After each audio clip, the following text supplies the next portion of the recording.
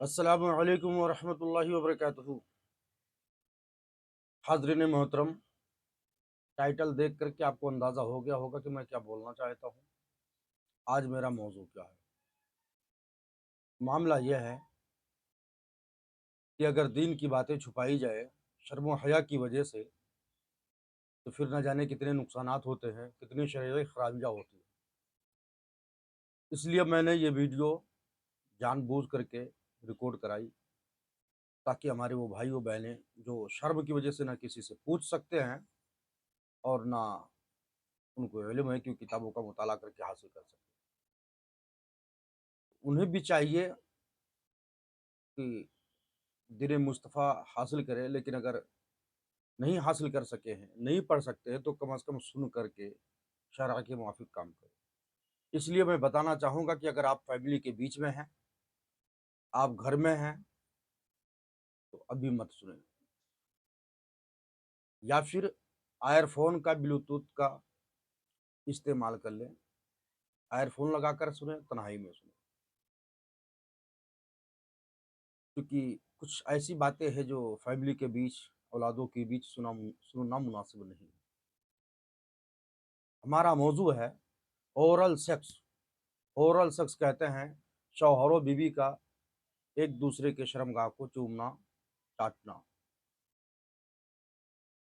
شریعت مطہرہ نے ہمیں کسی چیز پر پابندی نہیں لگائی ہے مگر جو شرع کے خلاف ہو، جو لوگوں کے لیے نقصان دہ ہو، شریعت نے ہر اس چیز کی پابندی لگا دی ہے۔ یہ دین اسلام، مذہب اسلام واحد طرح وہ مذہب ہے جس میں آپ کو ہر طرح کی باتیں ملے گی، سونے سے لے کر جاگنے تک، پیدا ہونے سے لے کر موت تک، ہر قسم کے مسائل کا حل موجود ہے۔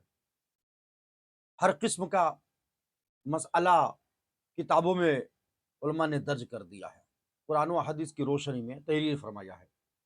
اب بعض حضرات کیا کرتے ہیں، شخص کو بڑھانے کے لیے بیویوں کو مجبور کرتے ہیں، پھر ایک دوسرے کے شرمگاہ کو چومتے، چاٹتے۔ حالانکہ شخص کو بڑھانے کے اور بھی طریقے ہیں، جیسے پستان ہے، چوسنا، پکڑنا، شریعت نے اس کو جائز قرار دیا ہے، یا اور بھی بہت سارے طریقے ہیں۔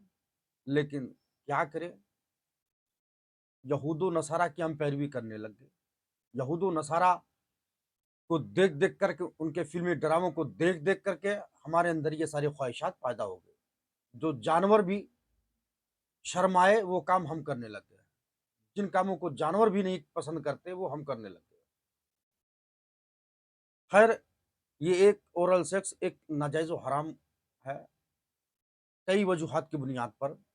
ایک تو یہ ہے کہ ہم یہود و نصارہ کی پیروی میں آ جاتے ہیں، یہود و نصارہ کی پیروی کی وجہ سے بھی ناجائز ہے۔ دوسری بات یہ بے حیائی کا کام ہے۔ تیسری بات یہ ہے کہ غلادت، ناجس چیز کو حلق کے اندر داخل کرنا لازم آتا ہے۔ اور چوتھی چیز یہ ہے کہ منی یا مذی جو ناجائز و حرام ہے، حلق کے اندر، پیٹ کے اندر داخل ہونا ہوا۔ اب چاروں پہلو پر ہم جو ہے ایک تفصیلی گفتگو کریں گے کہ یہود و نصارہ کی پیروی لازم آتا ہے، اس پر کیا حکم ہوگا۔ پیغمبر اسلام صلی اللہ علیہ وسلم نے فرمایا، من تشبہ بقوم فہو منہم، جو قوم جس کی مشابہت اختیار کرے گا، جو قوم جس کی مشابہت اختیار کرے گی وہ انہی میں سے ہے۔ یہ اورل سیکس جانوروں کے طریقے پر جو کرتے ہیں، یہ یہود و نصارہ کا طریقہ، یہ مومنوں کا طریقہ نہیں ہے، مصطفیٰ کے غلاموں کا طریقہ نہیں ہے، یہ یہود و نصارہ کا طریقہ ہے۔ اور حضور علیہ السلام نے منع فرمایا، بلکہ ایک موقع پر نبی کریم صلی اللہ علیہ وسلم نے فرمایا تھا کہ یہود و نصارہ کی پیروی میں تم اس قدر گر جاؤ گے اس قدر گر جاؤ گے کہ اگر وہ کھو، چھپکلی سے ملتا جلتا ایک جانور ہے، کھو کے سراغ میں گھسیں گے تو ان کی پیروی میں تم بھی گھس جاؤ گے۔ راوی، اس حدیث کے راوی حضرت ابو سعید رضی اللہ تعالیٰ عنہ ہیں۔ عرض کرتے ہیں یا رسول اللہ اس سے مراد یہود و نصارہ ہے؟ تو حضور نے فرمایا پھر اور کون ہے؟ یعنی یہود و نصارہ ہی ہے۔ یہود و نصارہ کی پیروی میں اتنے گر جاؤ گے کہ چھپکلی جیسے ملتے جلتے جانور کے وہ سوراخ میں اگر گھسیں گے تو تم بھی ان کے ساتھ ساتھ گھسنا شروع کر دو گے، یعنی ان کی پیروی میں اتنے ماہ ہو جاؤ گے۔ اللہ ہمیں حکم کیا تھا یہود و نصارہ کی پیروی کرنے کا؟ مومن ہو تو اپنے اندر جھانک کر دیکھو، مسلمان ہو تو پھر سوچو۔ اللہ تعالیٰ قرآن میں فرماتا ہے یا ایھا الذین آمنوا اطیعوا اللہ واطیعوا الرسول، اے ایمان والو اللہ اور رسول کی اطاعت کرو، اللہ اور رسول کی اطاعت کرو۔ کس کو کہا؟ ایمان والو، سب کو نہیں کہا ہے۔ اب اگر آپ اپنے اندر جھانک کر دیکھیں، آپ اگر ایمان والے ہیں، مسلمان ہیں، خواہ وہ مرد ہو یا عورت، پہلے اپنے آپ کو سوچے ہم مسلمان ہیں کہ نہیں۔ اگر مسلمان ہیں تو پھر یہ کام ہرگز نہ کرے، کیوں اللہ نے کہا ہے اے ایمان والو اللہ اور رسول کی اطاعت کرو۔ اللہ کی اطاعت کیا ہے؟ خود فرمایا قرآن میں من یطع الرسول فقد اطاع اللہ، جس نے رسول کی اطاعت کی اس نے خدا کی اطاعت کی۔ تو رسول کی اطاعت کرو، خدا کی اطاعت کرو۔ رسول کی اطاعت ہے کیا؟ اللہ فرماتا ہے وما آتاکم الرسول فخذوہ وما نہاکم عنہ فانتہوا۔ ایک مختصر سے جملے میں سب آ گیا، جو میرا محبوب دے دو، جو میرا محبوب دے اسے لے لو، اور جس چیز سے روکے باز آ جاؤ۔ کیا مصطفیٰ علیہ السلام نے اس چیز کا حکم دیا ہے اورل سیکس کا؟ ایک دوسرے کے شرمگاہ کو چوسنے اور چاٹنے کا حکم دیا ہے؟ ہرگز نہیں۔ یہ نہ اللہ نے حکم دیا ہے نہ مصطفیٰ نے حکم دیا ہے۔ ہمیں تو حکم تھا کہ اللہ اور رسول کی پیروی کرو، جو مصطفیٰ دے دے، جو میرا محبوب دے دے اسے تم لے لو، جس چیز سے روکے باز آ جاؤ۔ لیکن نہیں، ہمیں تو یہود و نصارہ کی پیروی کرنی ہے، ہمیں تو اپنی خواہشات کو پوری کرنی ہے، ہمیں نفس کی غلامی کرنی ہے۔ جبکہ میرے مجدد نے بہت پہلے فرمایا تھا، اللہ نے قرآن میں فرما دیا ان الشیطان للانسان عدو مبین، شیطان انسان کا کھلا ہوا دشمن ہے، اور یہ نفس بھی شیطان سے کم نہیں ہے، جس کے بارے میں مجدد نے فرمایا رضا نفس دشمن ہے دم میں نہ آنا، کہاں تو نے دیکھے ہیں چند رہنے والے۔ ہمارے بزرگان دین ایسا گزرے ہیں کہ اگر ان کے نفس نے ٹھنڈے پانی کی خواہش ظاہر کی تو ایک عرصہ دراز تک ٹھنڈا پانی نہیں پیے۔ اگر کسی کے نفس نے بریانی کھانے کی خواہش ظاہر کی تو بریانی لذیذ کھانا کھانا چھوڑ دیے۔ اللہ اکبر کبیرہ۔ اور ہمارا حال یہ ہے کہ ہم نفس کی غلامی میں ہر وقت لگے رہتے ہیں، ہم نفس کی پیروی میں ہر وقت لگے رہتے ہیں۔ خیر، ہمیں نفس کی غلامی اور نفس کی پیروی سے باز آنا چاہیے، ورنہ یہ نفس جو ہے نا، نفس لوامہ سے پھر نفس مطمئنہ بننے کے بجائے یہ نفس امارہ بن جائے گا۔ جب تک بندے کا نفس لوامہ ہوتا ہے تو وہ کوئی غلطی کرتا ہے تو اس کو ملامت کرتا ہے، اس کے اندر تھوڑی سی جو ہے توبہ کی توفیق ہوتی ہے، مطلب اس کے اندر جو ہے یہ فیل محسوس ہوتی کہ میں نے غلط کیا ہے۔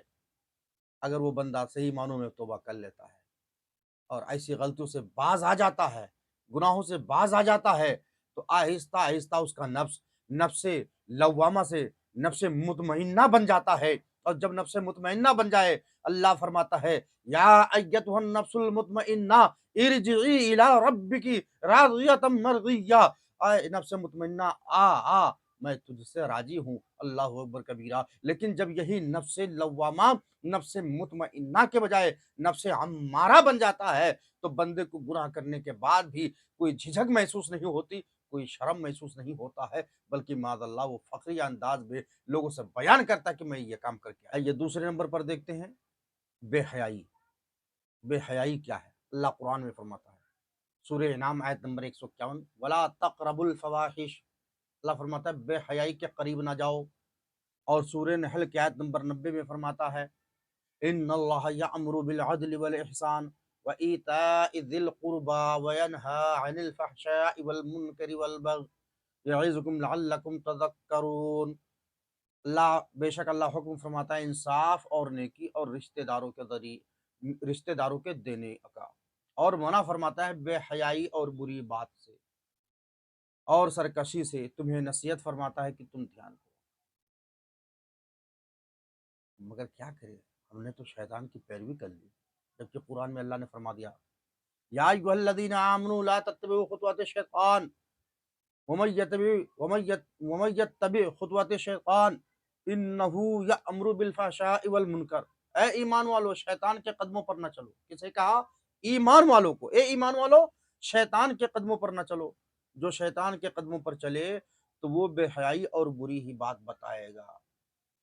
ہمیں تو چاہیے تھا کہ ہم شیطان کی پیروی نہ کریں، شیطان کی غلامی نہ کریں، مگر ہم نے شیطان کی غلامی اختیار کر لی۔ اب شیطان ظاہر سی بات ہے یہ ہمیں وہی کہے گا جو قرآن و حدیث کے خلاف ہے۔ اچھا کوئی کہہ سکتا ہے کہ جناب یہاں شیطان کا کیا دخل ہے، یہ تو ہم نفس کی پیروی کرتے ہیں۔ نفس ہی شیطان ہے جناب، یہ نفس ہے نا اور شیطان، اگرچہ یہ دونوں الگ الگ نام ہے لیکن دونوں کی حرکتیں ایک جیسی ہیں۔ جو نفس کی غلامی کرے گا یا شیطان کی غلامی کرے گا وہ ہلاک ہو کر ہی رہے گا۔ تو نفس ہو یا جو ہے شیطان، دونوں کی غلامی سے ہمیں بچنا ہے۔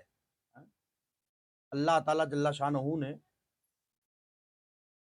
سورہ بقرہ آیت نمبر 169 میں فرمایا انما یأمرکم بالسوء والفحشاء، وہ شیطان تو تمہیں یہی حکم دے گا بدی اور بے حیائی کا۔ شیطان بدی اور بے حیائی کا حکم دے گا۔ ہمیں چاہیے کہ ہم ان بے حیائیوں سے دور رہیں، ورنہ ہماری نسلیں اس سے بڑھ کر بے حیائیاں کرنا شروع کر دیں گی۔ پھر ہماری نسلیں بے حیا پیدا ہوں گی، ہماری اولادیں بے حیا پیدا ہوں گی۔ پھر یہ ہوگا کہ ہم نے تھوڑی سی بنیاد ڈالی تھی، وہ دیوار اٹھا دیں گے، آنے والی نسلیں چھت تک پہنچا دے گی۔ پھر یہ ہوگا کہ دنیا دیکھے گی کہ لوگ برہنہ ہو کر کے گھومنا شروع کر دیں گے۔ آج عیاشیاں عام ہوتی جا رہی ہیں۔ شروعات، بنیاد، ابتدا ہم نے بے حیائی سے کی ہے تو ہماری نسلیں، ہماری اولادیں باحیا کیسے پیدا ہوں گی؟ اور آگے بڑھتے نمبر 3، غلاظت، منہ میں لینا یا چاٹنا۔ اتنا تو ہر کوئی جانتا ہے کہ اسلام، مذہب اسلام وہ پاک مذہب ہے، کیونکہ میرا رب بھی پاک ہے اور پاکوں کو پسند فرماتا ہے۔ اللہ تعالیٰ جل شانہ نے ہمیں طہارت کا حکم دیا، ان اللہ یحب المتطہرین، اللہ پاکوں کو پسند بھی فرماتا ہے۔ اس لیے پیغمبر اسلام نے فرمایا جب تم کھانا کھانا چاہو تو اپنے ہاتھ کو دھو لو، سو کر اٹھو تو مسواک کر لو۔ کیوں؟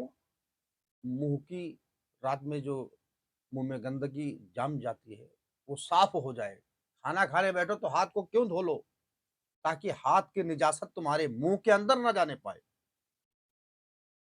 میرے آقا صلی اللہ علیہ وسلم نے فرمایا جب سو کر اٹھو تو کوئی چیز کھانے سے پہلے ہاتھ دھو لو۔ ہو سکتا ہے تمہارا ہاتھ کہیں غلط جگہوں پر لگا ہو، کئی شرمگاہ پر لگا ہو، کئی کوئی چیز جو ہے نجس چیز تمہارے ہاتھ میں لگ گئی ہو اور وہ کھانے کے ذریعہ پیٹ میں چلی جائے۔ تو سوچو جس مذہب میں، جس دھرم میں ہاتھ کو کھانے سے پہلے ہاتھ کو دھونے کا حکم دیا گیا ہے، اس مذہب میں نجاست کو چاٹنے کا حکم دیا جائے گا، غلاظت کو چاٹنے کا حکم دیا جائے گا، ایک دوسرے کے شرمگاہ کو چاٹنے اور چوسنے کا حکم دیا جائے گا۔ اللہ اکبر کبیرہ۔ میرے آقا صلی اللہ علیہ وسلم نے ایسے کئی حدیث مبارکہ میرے سامنے موجود ہے جس میں حضور نے کھانے سے پہلے ہاتھ دھونے کا حکم دیا ہے، برتن ڈھک کر رکھنے کا حکم دیا، برتن سے منہ لگا کر پانی پینے سے منع منہ لگا کر پیتے وقت سانس لینے سے منع فرمایا، کہیں تمہارے منہ کی بدبو برتن کے اندر داخل نہ ہو جائے۔ یعنی جس پیغمبر اسلام نے اتنی احتیاط برتی اور اپنے امتیوں کو یہ سکھایا کہ بغیر ہاتھ دھلے تم کھانا نہ کھایا کرو، برتن میں سانس نہ مارا کرو، کیا اس پیغمبر اسلام کے جو ہے پیغمبر اسلام نے یہ اجازت دی ہوگی کہ یہ ایسی حرکتیں کرو؟ ہرگز نہیں۔ ہمیں چاہیے کہ ہم ان ساری چیزوں سے باز آ جائیں۔ آئیے چوتھی طرف بڑھتے ہیں۔ میرا خیال ہے کہ میں نے اتنی باتیں بتائی ہے، ہاتھ دھونا کل اور مسواک کرنا، سانس نہ لینا، اتنا کافی ہے۔ ویسے بہت ساری باتیں ہمارے سامنے موجود ہے، تو آتے ہم چوتھی طرف بڑھتے ہیں، مزی یا منی کو منہ میں داخل کرنا، اور یہ داخل ہو ہی جاتا ہے، کوئی اگرچہ کہے کہ ہم داخل نہیں کرتے ہیں۔ حلق کے اندر اترنے میں تاخیر نہیں ہوتی ہے،